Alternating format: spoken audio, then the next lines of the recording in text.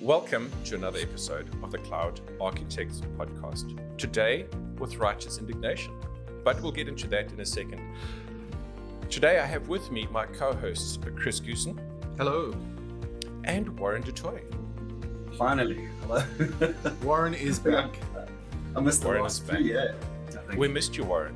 We always miss you. Oh, I missed you guys too. Jeez, it's been a while, yeah. But Microsoft's keeping me busy. You know, I think you should give up your day job and podcast for a living. Soon. When I can learn how to forex trade properly and not lose all my money, that may actually be a thing. No. You must hear my forex stories. At least you're not crypto mining, man. At least you're not crypto mining. No. So you see, this is the thing. So you lose all your money in crypto first and realize how stupid it is. Okay. Then what you do is you move over to like Forex, where you've got proper currencies that actually exist for real countries.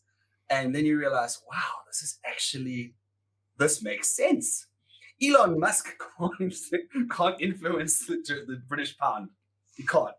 It just doesn't work like that. Well, we haven't been doing a great job on that on our own front.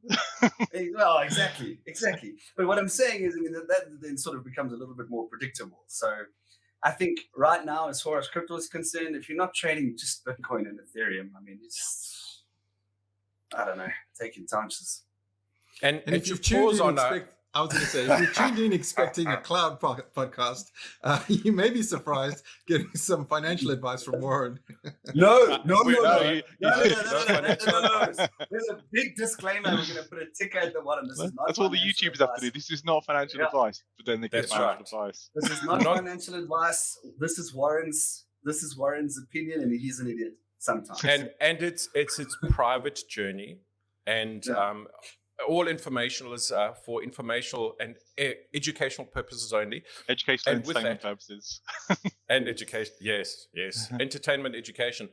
And with that, I'd like to introduce the adult in the room, Tom Arbuthnot. Well, that feels like a lot of responsibility. Hey, everybody. Thanks for having me on the pod. Good to see you, Tom. Thanks for joining us. Yeah. And thank you for allowing us to take, I don't know, how many minutes has it been to finally get to the introduction? Hello, Tom. Hey, everybody! Nice to be on the pod. This is a bit of an unusual pod for me because you guys are a little bit out of my usual world of Microsoft UC and Teams. So I appreciate you having me on. Well, we all know and love you, Tom. I think the last time we caught up was at ComsV Next in Denver not too long ago. Yeah. Your keynote was just magic, by the way. But for those listeners who don't know who you are, do you mind giving them a bit of an introduction as to who you are and what you do and where you come from? Yeah, sure, Chris. So I live in the Microsoft UC world. So many years ago, I worked at a Cisco partner launching the original Call Manager. People that go that far.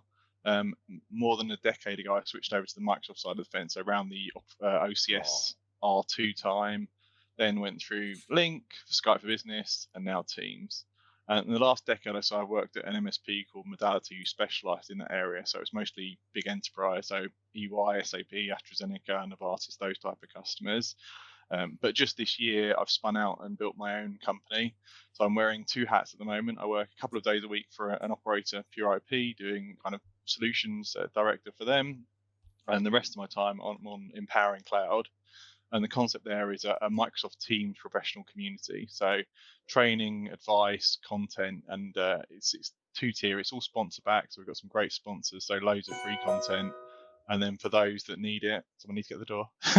For those that need it, is there's a kind of a paid program for getting like things like pre-sales and sales through training, and generally bringing partners up to speed on Teams. It sounds like a bit of a leap from where you were before, and I imagine the types of customers that you're working with. Yes, I mean obviously there's a lot, right? Juggling a lot of balls, but different types of customers and things as well. Yeah, it's interesting. So working in that world for so long, I saw that enterprises were doing more and more in-house. So they would bring in subject matter experts, and that's mostly what I was doing towards the end was strategy. And then they'd have, because cloud gets a bit easier to do in-house, they do a lot of it in-house, or they bring in partners for very specific runs. So, 4 weeks, 6 weeks, get teams done. And the old model, which we used to have of looking after servers and Skype for Business, was going away. So I thought there was an opportunity to help those enterprises. But as I span out and built the platform, and I'm not on my own, by the way, I've got another MVP called Tom Morgan. James Rod, who was the old CEO of Modality, is working with me as well. So it's not all on my shoulders, fortunately. I realized that loads and loads of partners actually need help, particularly partners new to the world, so the Cisco partners, the AV partners. I mean, Teams are just blowing up, and it's really impacting the whole industry. And you guys know, I mean, you cover a lot of ground, different technologies, but like Teams has just been such a big rate of change. People are struggling to keep up with all the changes, all the new features. So the fact that they can come and get kind of a 15-minute briefing just to catch up seems to be really resonating. Yeah. I wanted to say, Tom, you and I have worked on demystifying the call quality aspect of, I nearly wanted to call it Skype. It's funny how old muscles sometimes fire, right? Yeah. But and Skype for Business isn't really dead. We're still finding it out there. It's enterprise voice, as it's called. But we early on the show had a little bit of righteous indignation before the show, actually, from Warren, where he was asking why are so many people complaining about Teams voice. And to be fair, Teams voice is not that difficult to do right. The principles behind Teams voice are actually pretty simple. The problem that we have is enterprise networking and getting the voice out on the other side of that enterprise network. Would you agree? Which has been the problem since voice over IP was invented.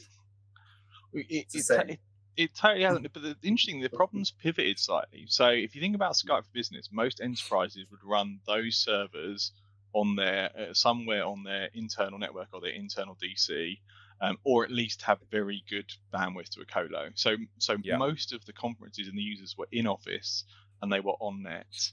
And then when they try to break out to the internet, so like they do federated calls, the proxies and the firewalls would trip them up and they'd have issues, or people coming in to that server for a conference. The problem has kind of pivoted now, interestingly, is obviously Teams is in the cloud. Microsoft's connectivity to most ISPs is really strong. So if you're working from home and you've not got terrible bandwidth, you're probably going to have a good Teams experience. But now, as we go to hybrid and people back in the office, they're all trying to get from the office out, and they're getting tripped up by the corporate network. So it's bad corporate Wi-Fi, proxies, firewalls, almost getting out to the internet. So the problem is, interestingly, if you look at the stats in these enterprises, the office users are often having a worse experience than the home users. To follow that up, you said if you look at the stats, and it's really difficult to instrument a black box until you open up that black box and show someone, well, do you know that your 2.4 gigahertz spectrum is actually it's a complete mess, and your local hardware that you're using is a mess. And how do folks actually see that, Tom? Yeah, so Microsoft have always had some instrumentation in the box, some reporting, and recently, kind of in the last 12, 24 months, it's got much better. So there's what's called call analytics in the Teams admin center. So that's kind of your second line type reporting. You can look up an individual user, you can see their calls, and you can see things like, oh, they're using PC mic and speakers, or oh, they're on a very old set of hardware, that kind of thing. And then if you're a little bit more advanced, kind of tier 3 to tier 4, there's call quality dashboard, which is a set of Power BI reports. And to be honest, they're fairly intense. Like there's quite a lot to them, a lot of data, but the data is there and it's able to be sliced and diced. It's not like 100%, it's not perfect, but it's more than enough for most organizations to get a good idea of what's going on. And then of course there's an API, so you have lots of third parties in play who suck that data in, slice and dice it, and they can do clever things on top of the data, like, you know, compare it to other network data, compare it to ISP data, or potentially give you things like proactive alerting and reporting rather than you, the IT pro, having to sift through it. It doesn't sound easy, Tom.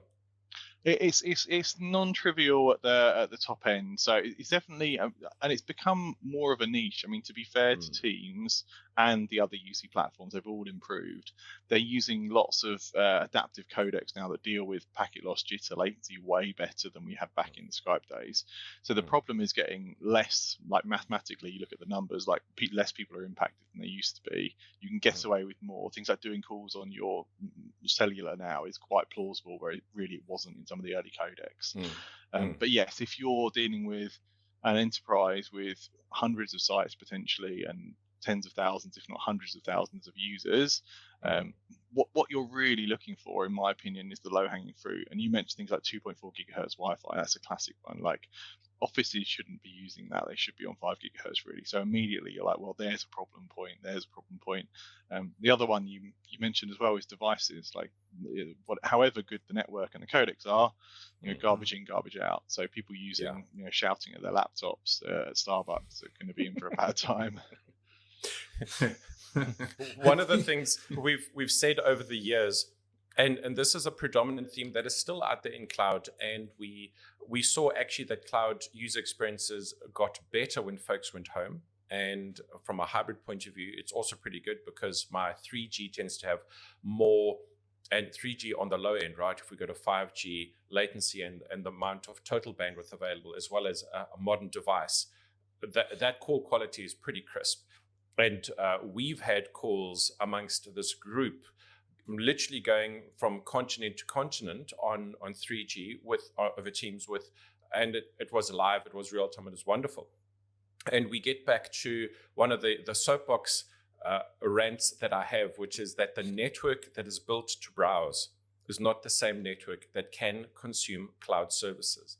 And if you've got any layer of inspection, and you've got firewalls that are optimized for browsing as opposed to consuming cloud, you will have, if we're being polite, a suboptimal experience. If we're not being polite, it's just going to be crap. Yeah, you're right. Those proxies and firewalls that are trying to be clever around inspection cause all sorts of challenges. And Microsoft are really good about, they have docs, they have all their IP ranges listed. Some of the proxy providers even have like a one magic button now to say, I trust Microsoft and anything like Zscaler, and they'll automatically bypass all those relevant IPs. But it is still a battle between security people who want to inspect everything and kind of our side of the house who are like, well, let's be realistic. All your data is already in Microsoft's DC. Like you implicitly trust Microsoft, right? Because they've got all your SharePoint, all your email, all your meeting content. So you're right. The other thing I would add there that's quite interesting, I see a lot of, is people think bandwidth means call quality. So you'll get people that have an issue and they'll do a speed test and they'll be like, look, I've got 100 up, 100 down. I'm like, well, cool. Like that's raw throughput, but what about your jitter and your latency? Like, and they're on, some Wi-Fi that or home router that's introducing loads of jitter. So they've got the throughput, but it's not the consistent bandwidth. And we actually don't want tons of bandwidth. We just want consistency, really. What's interesting is that for a little while, and the guys know, and I guess everyone listening to this podcast knows that I've been complaining about my bandwidth for a while. And I, complain no more. I now have fiber to the house, so we won't need to take up many future podcast episodes by me complaining about my bandwidth. But for a little while, I was using the SpaceX Starlink service just as a backup because I needed more bandwidth than I could get. But man, the latency on that is horrible. Yeah. And it was really, really bad for Teams calls. So I ended up having to on my firewall, anything that was Teams related or, just ship it out the old line because even though way less bandwidth, it was a much more consistent connection. So I've literally experienced that firsthand recently myself. And that's a really niche conversation, isn't it? For, real people, quote unquote, people at home, they associate speed with bandwidth, not the quality of the bandwidth, as it were. It's true. There is a massive education exercise I think we struggle with because I've had customers who have migrated away from Google and saying, but never had this issue with Google Voice. Why am I having this thing on Teams Voice? And we're not comparing apples with apples.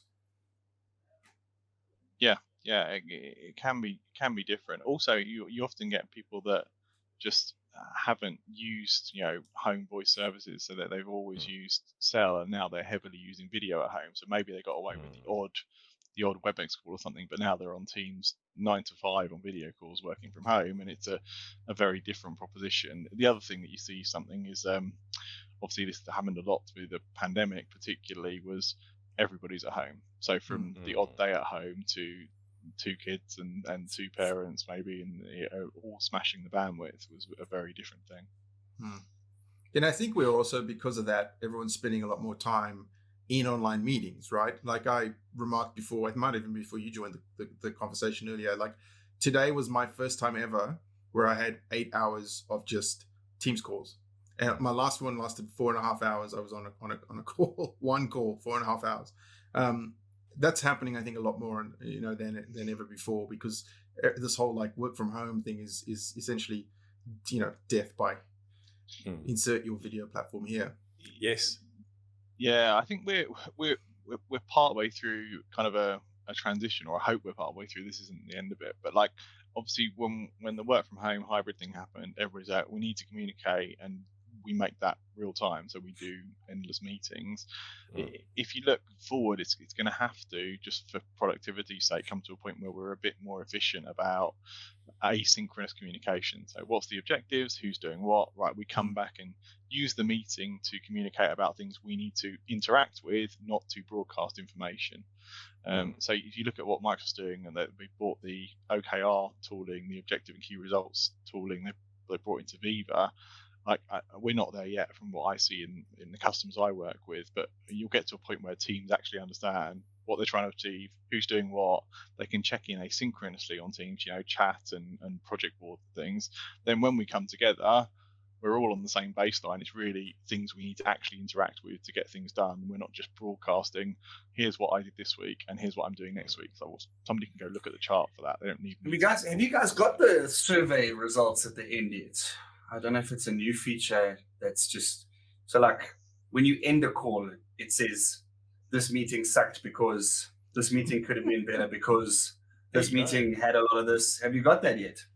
Yeah, Microsoft pushed out at random, so you can. I think admins can adjust the levels of it, but yeah, it's okay. Because we get it all. We get it all the time. We get it after like every meeting, right? On the Microsoft tenant, and it like gives you, like, were your objectives were achieved for the meeting? Oh yes, they've added stuff about the meeting, not the quality. Yeah. So it's actually it's not the actual physical quality of the call. Yeah. Was it a good call? That's funny. Did the guy have an agenda? Yeah. Because if there wasn't an agenda, would it have made the call better and that sort of stuff?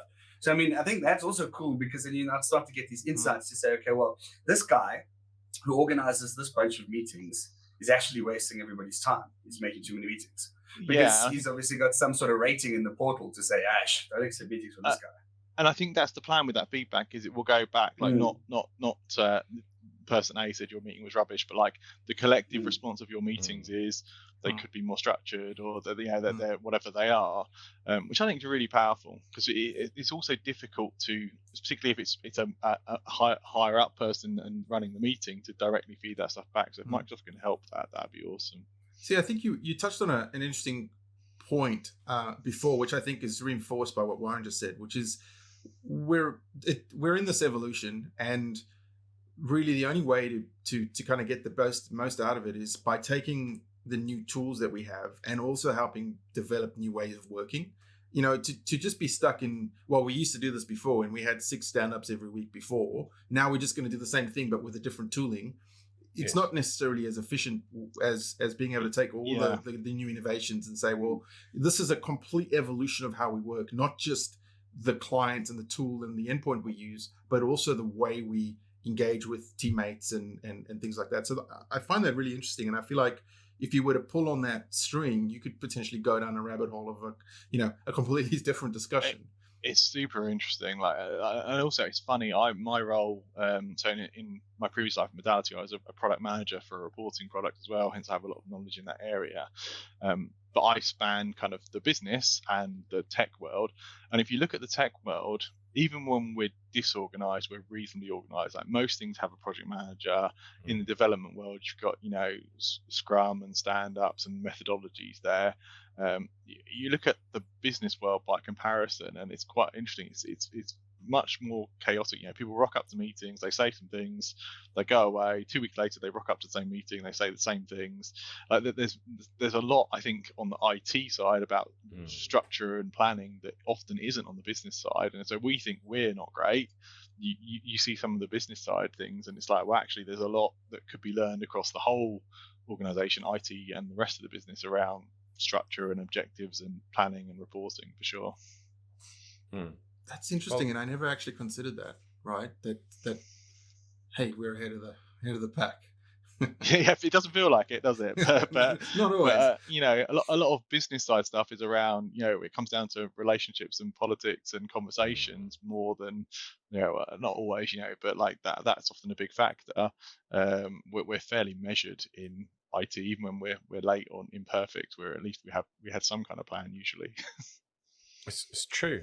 And I'm finding this from how do we talk to customers about Viva? And they're going, well, who do we have this conversation with? Because the IT people don't care about OKRs. They care about things like call quality, right? Because that's what we incentivize to do.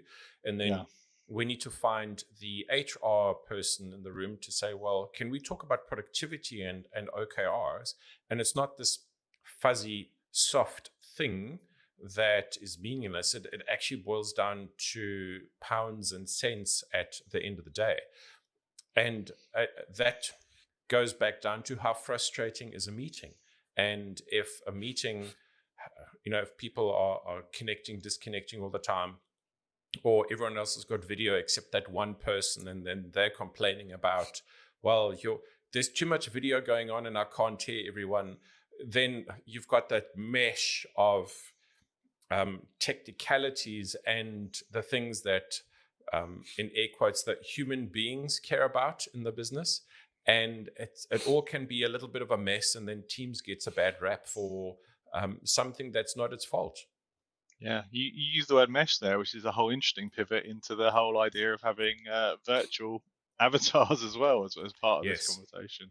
I don't know if the world is ready for this, though. Hey, like we do a lot of these MTC type stuff, with HoloLens, and customers will come in and they'll play around with what it's like to be inside the metaverse and take calls, and it's like whole virtual reality space. But if you look at like Meta specifically and how they tanked this year, I mean, they lost 25% of their stock price because they're focusing so heavily on the metaverse. But I don't know, hey, I don't think people are ready for it.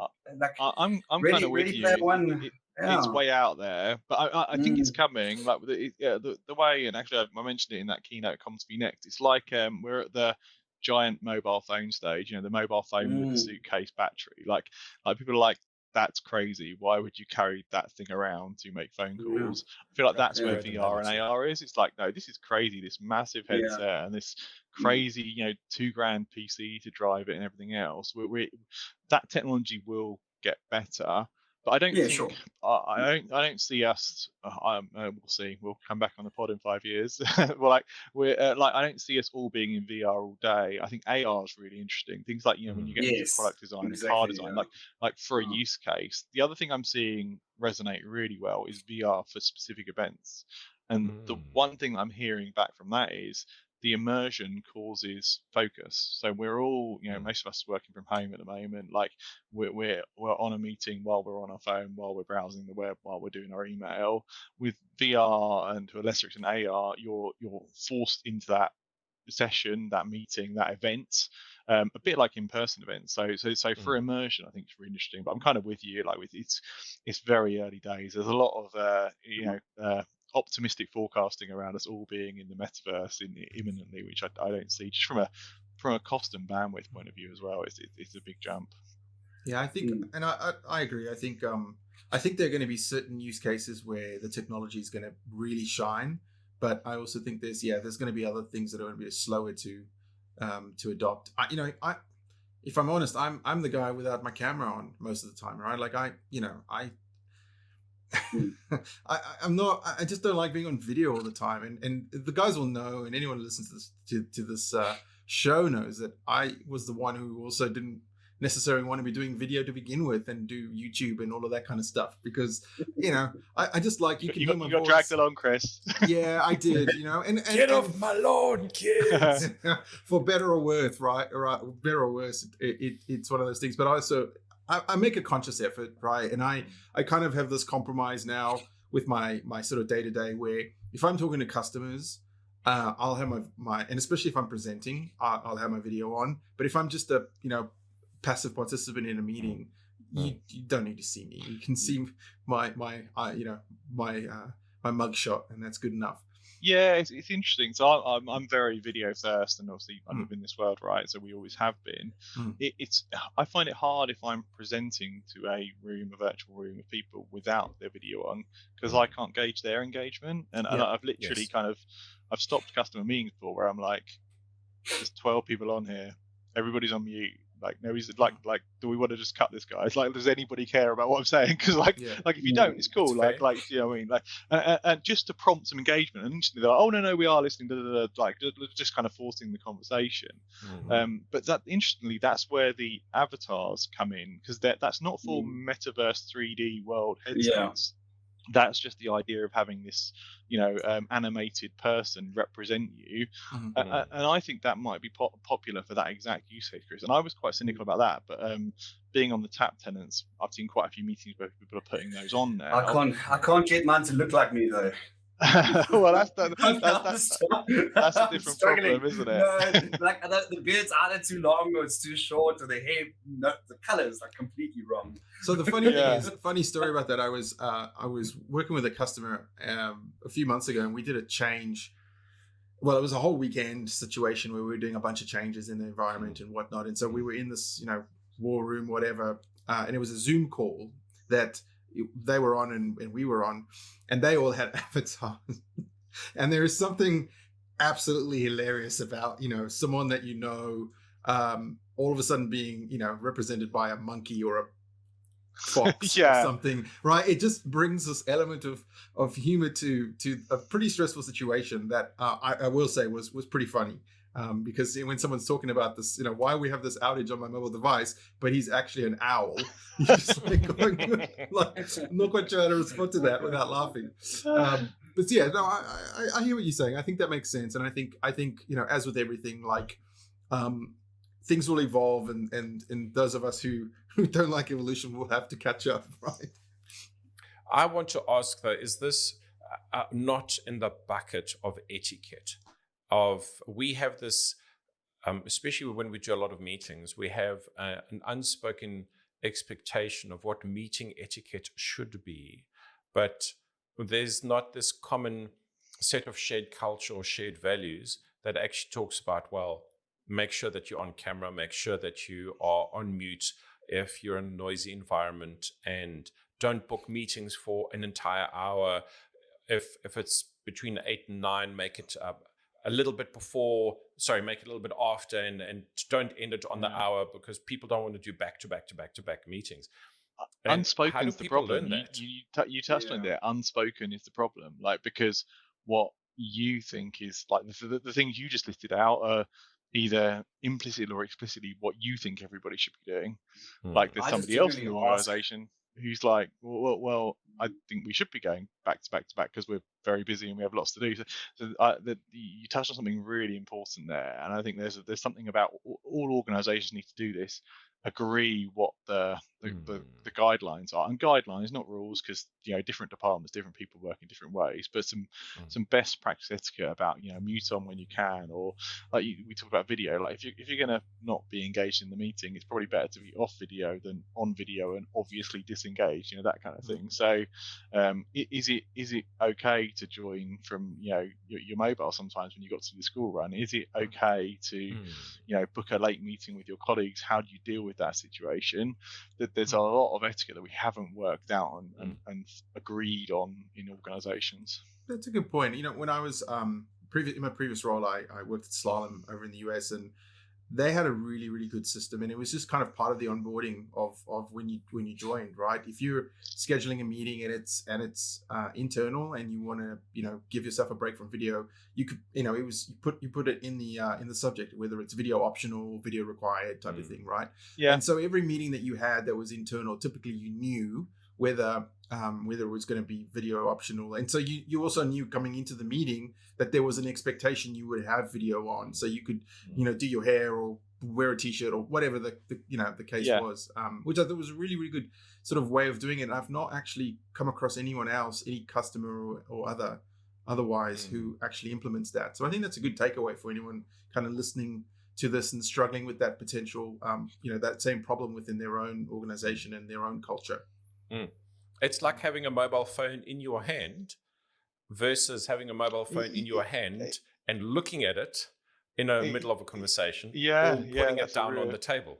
That's a really good one. Yeah, but you can tell on video as well. It's very obvious if people are disengaged because their eyes are darting about and they're typing things like that. And again, like maybe in an internal meeting, we've agreed that that's cool because I want to know you're about, but not the entire meeting's not about you. It's cool. When it's a customer meeting, obviously it's a lot trickier. But I quite often in my meetings, I'll be like, look, I'm going to make a ton of notes in this meeting. I've got 2 screens. You're going to see me going back and forth, right? Because I have to make notes to keep up. But like I'm engaged, kind of thing. It's one more thing, expectation management. Go on. Yeah, well, another. Chris, you just prompted me a good one on the etiquette. I saw an organisation that used virtual backgrounds by default, and they were super aware that they've got some execs with very plush-looking home offices that look really good, and they've got other people that are working from shared house bedrooms, and they were like, oh, this is really, we don't want to kind of force everybody to video because they might not always be able to, but like let's all at least have a virtual background so we've got this consistency of like we're not being like, well, I'm having a great time in my plush home office and you've got to join from your desk in your bedroom, kind of thing. Yes. Oh, well played. I wanted to pivot towards education, Tom, and I know that the last few months of your life have been very heavily focused on education, and I was actually super chuffed when we spoke and you talked about what it is that you're doing and actually what you're doing for the community and how much Teams education you're actually producing on your platform. Do you mind expounding on that? Yeah, no, I'd love to, man. I'd love to get your opinions as well. We talked to a lot of people before we launched, and I went through all these different learning management systems and content management systems, because the original idea was just to go buy an off-the-shelf content management system and use it.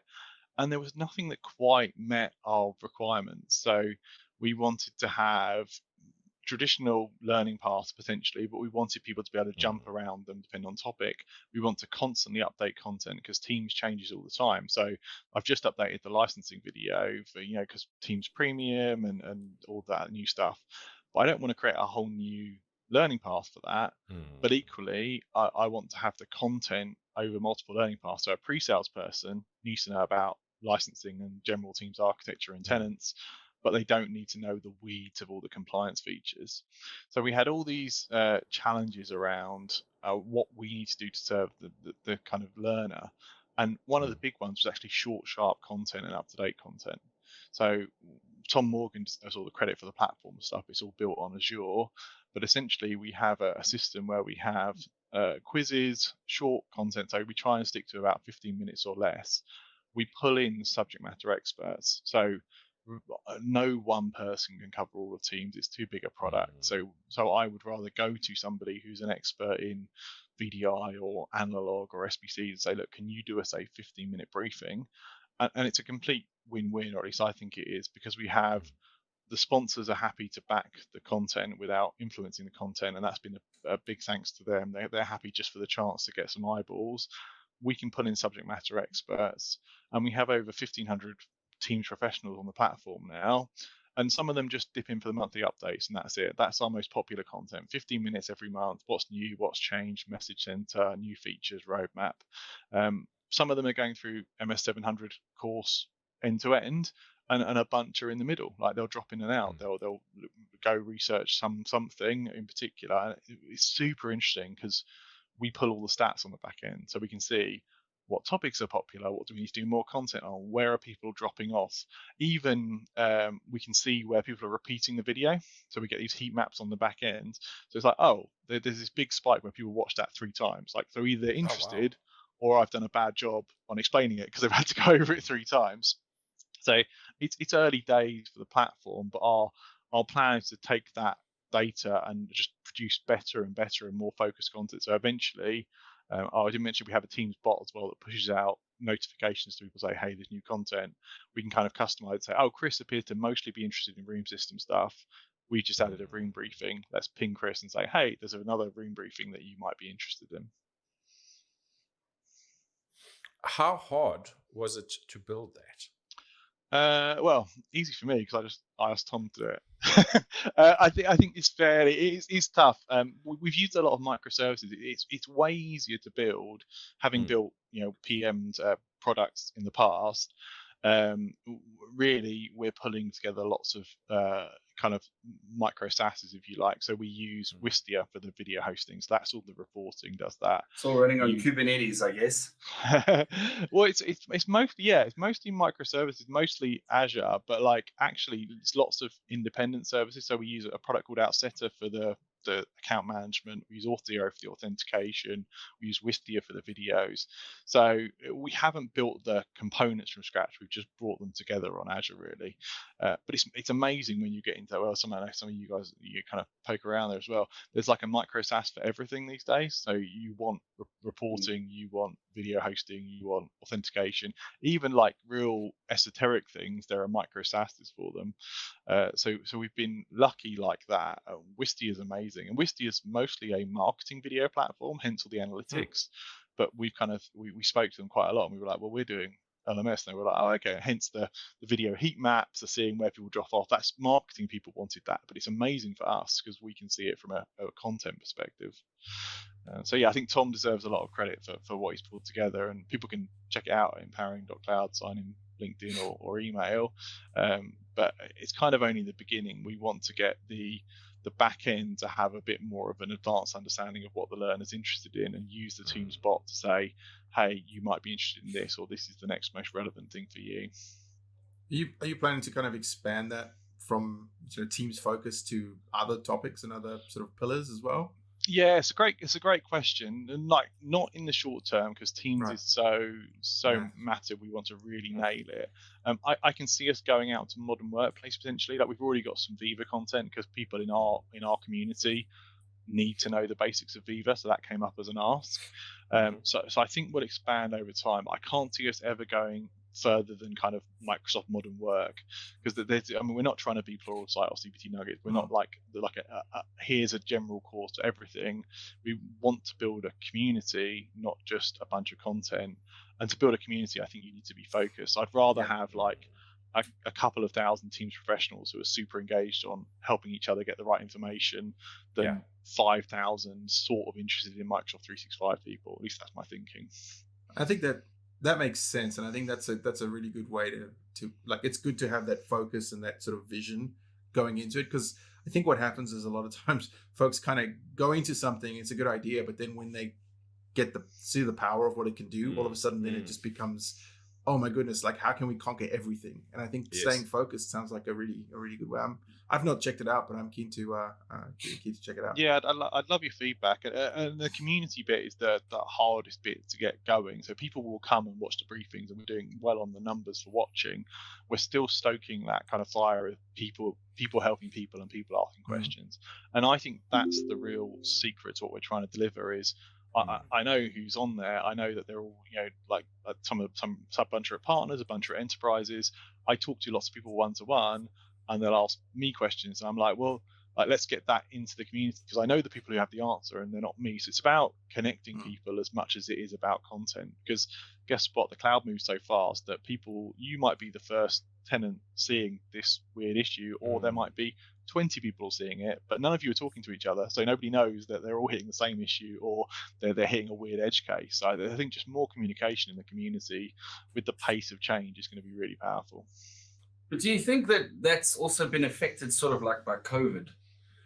Like I find a huge disconnect as far as community is concerned now after COVID. Like, everybody used to go hang out together and talk, and then, you'd meet in like a user group or a place or something, and, you would end up talking, and then you would actually end up actioning something. But I'm finding it's very, very difficult to get people to do stuff now after COVID. It's like, come share this with us, please. And people are like, I think you're right. So we recently started up our London user group. Our London user group's been going for like 10 years, amazingly. We're the people. And also the other thing, we did an after, like a Thursday night type thing. So it would be a couple of hours of community and then beers.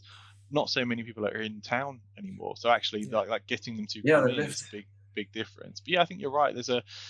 Also, I think there was a bit of an online overload. So with online stuff, it's like, well, I'm already spending all day at my computer. Do I want to spend extra time on community stuff on the computer? But it's a difficult challenge now, a difficult problem to solve, right? And it's quite funny that you said that, Warren, because I was literally just thinking about this like yesterday or the day before, and I was kind of thinking to myself, man, there's something missing in my life right now, right? And it's that like absolute kind of overwhelming sense of community that we're so used to. I mean, the three of us talk all the time, and this year I made an effort, and that's why we bumped into each other in Denver, Tom, because I made an effort. I was like, I can't have another year with no interaction and conferences, and I'm so happy that I just made the effort. I got on a plane. I went over for some other stuff as well, but went to Denver. I really enjoyed the conference and bumped into you and Cookie and all the other people. It was a lot of fun, we're definitely missing some of that. The other thing I'm noticing is we're not getting new up and comers certainly into my communities. I see, like because we used to have people come to the user group who would come to a couple, and we'd have conversations with them and we'd be like, oh, you're doing a really interesting thing, like come talk for 5 minutes, like no pressure, just or like even our user group is super casual, so often it ends up in a conversation with the people in the room more than a presentation.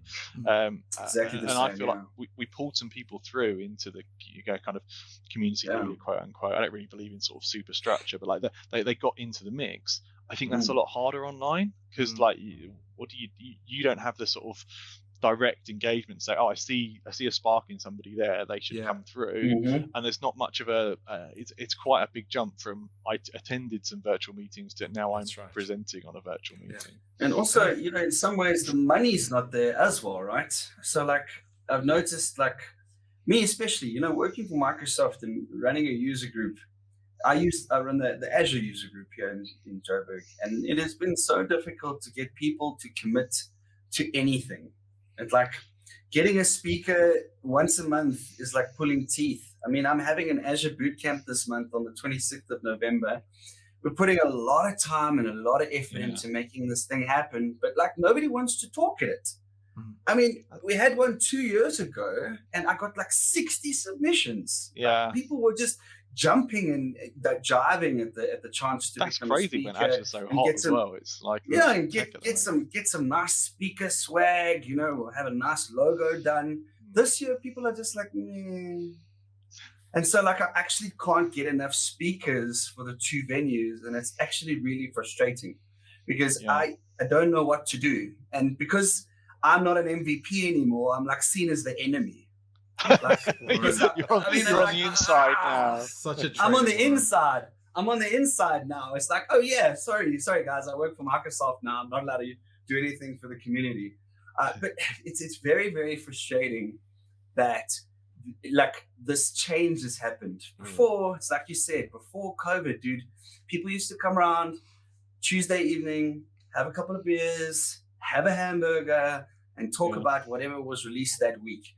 And this doesn't happen anymore. I mean, I miss it. You need to switch it up and do pizzas. I think maybe there's going to be a food truck, but that's still not getting people to come. I think maybe we're just warming back up to it. A lot of people are they've got used to being at home, and it's like getting back out in the mix.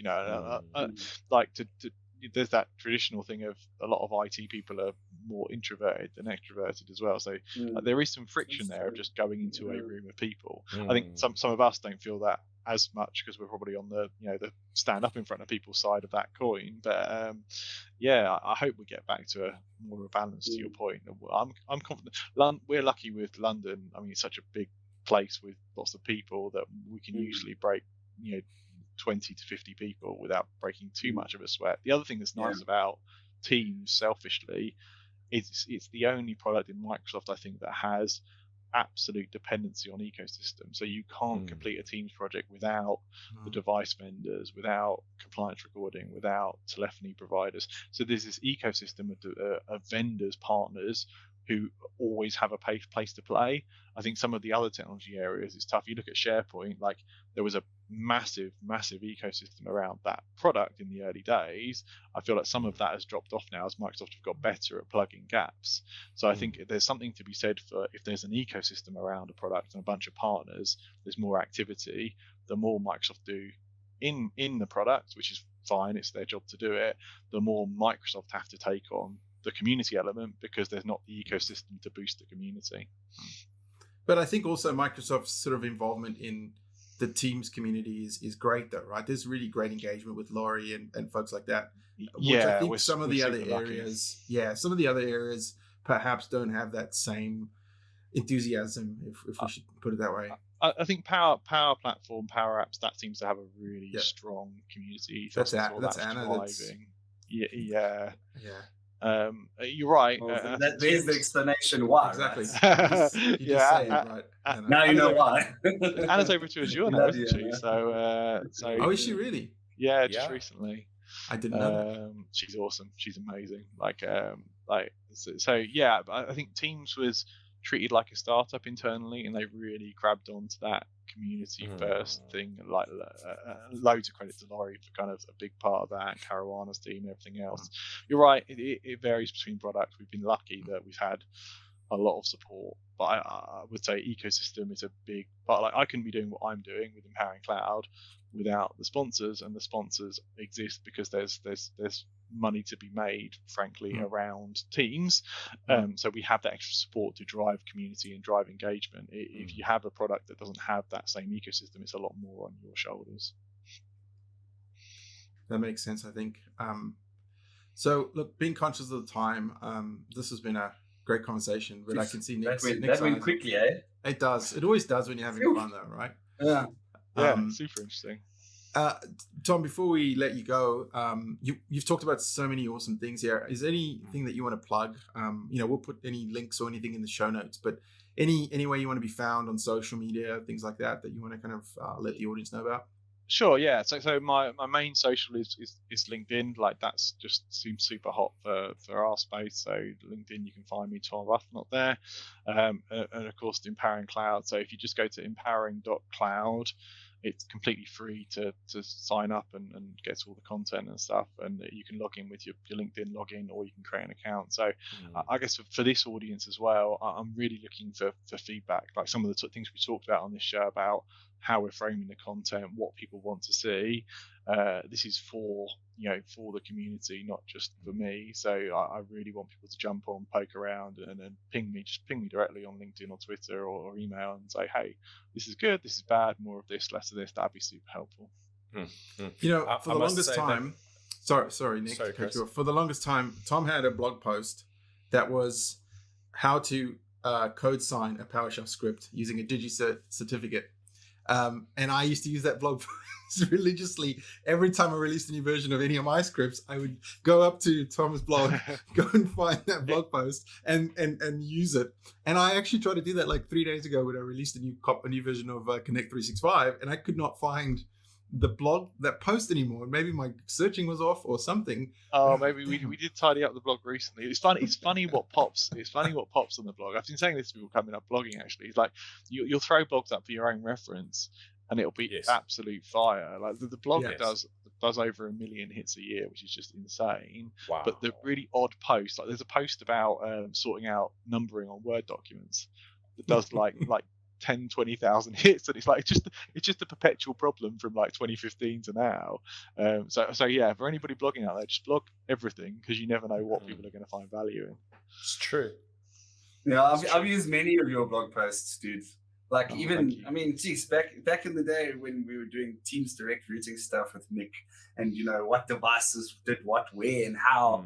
First thing you would do would go to Tom's blog because you knew it would be there. Yeah, just it's just an external brain. Like the blog has been such a it's a labour of love. It's Sunday night with a glass of wine and blogging, but and the network that builds, like you guys and others. If on a kind of closing off point, if you've got the opportunity to blog stuff, then it's highly valuable for the community and for you, I think.